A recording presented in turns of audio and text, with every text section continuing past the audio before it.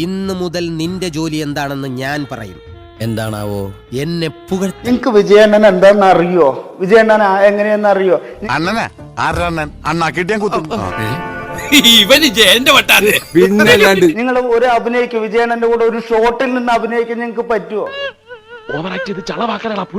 നിങ്ങൾ ഒരു അഭിനയിക്കും വിജയണ്ണന്റെ കൂടെ ഒരു ഷോട്ടിൽ നിന്ന് അഭിനയിക്കാൻ നിങ്ങൾക്ക് പറ്റുമോ? എന്ത് തേങ്ങയാണ് പറയുന്നേ?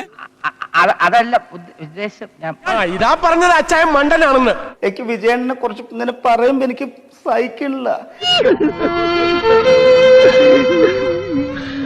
എനിക്ക് വിജയണ്ണനെ കുറിച്ച് ഇങ്ങനെ പറയുമ്പോ എനിക്ക് സഹിക്കില്ല. പൊക്കി പറയാൻ പറഞ്ഞാൽ പൊക്കി പറഞ്ഞോളണം, മനസ്സിലായോ?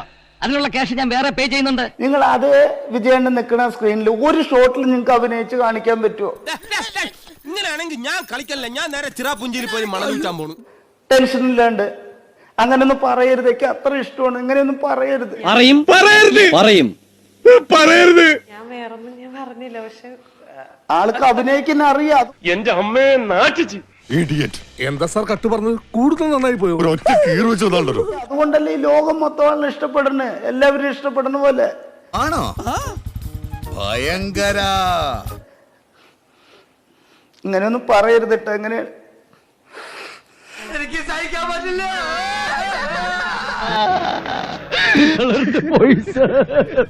ചേട്ടൻ ഇമോഷണലി കുഴപ്പമില്ലല്ലോ. പാവം അയാൾ കരഞ്ഞുകൊണ്ടാ പോകുന്നത്. അവൻ കരയണം, എന്നാലേ അവനൊക്കെ പഠിക്കൂ. ഞാനൊരു ക്വസ്റ്റ്യൻ ആയിട്ട് ചോദിച്ചതാ. ചേട്ടൻ ഇത്ര അതിന് ഇമോഷൻ ഉണ്ടെന്ന് എനിക്ക് അതിന് ചേച്ചിക്ക് കുഴപ്പമില്ലല്ലോ ഞാൻ അങ്ങനെ പറഞ്ഞത്. ഇല്ല ഇല്ല. വെറുതെയാണോ നിന്നെ പോത്തെ പോത്തെ എന്ന് വിളിക്കുന്നത്? അല്ല, ഇപ്പൊ ഇത്ര ഇഷ്ടമുണ്ടെന്നുള്ളത് നമ്മൾ അറിയുന്നില്ല. കാരണം ഒരാൾക്ക് ആരാധന ഇത്ര അധികം. ആ മഹാന് വേണ്ടി ഏകലവ്യനെ പോലെ എന്റെ വിരല് മുറിച്ചു കൊടുക്കാൻ പോലും ഞാൻ സന്നദ്ധനാണ്.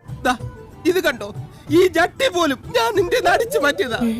ഉണ്ട് എന്നുള്ളത് ഞാൻ ശരിക്കും പറഞ്ഞ ഇപ്പോഴാണ് മനസ്സിലാക്കണത്. അവന്റെ ഉദ്ദേശം നമുക്ക് മനസ്സിലായില്ലല്ലോ. അവനെ കണ്ടാ തന്നെ കാണാൻ.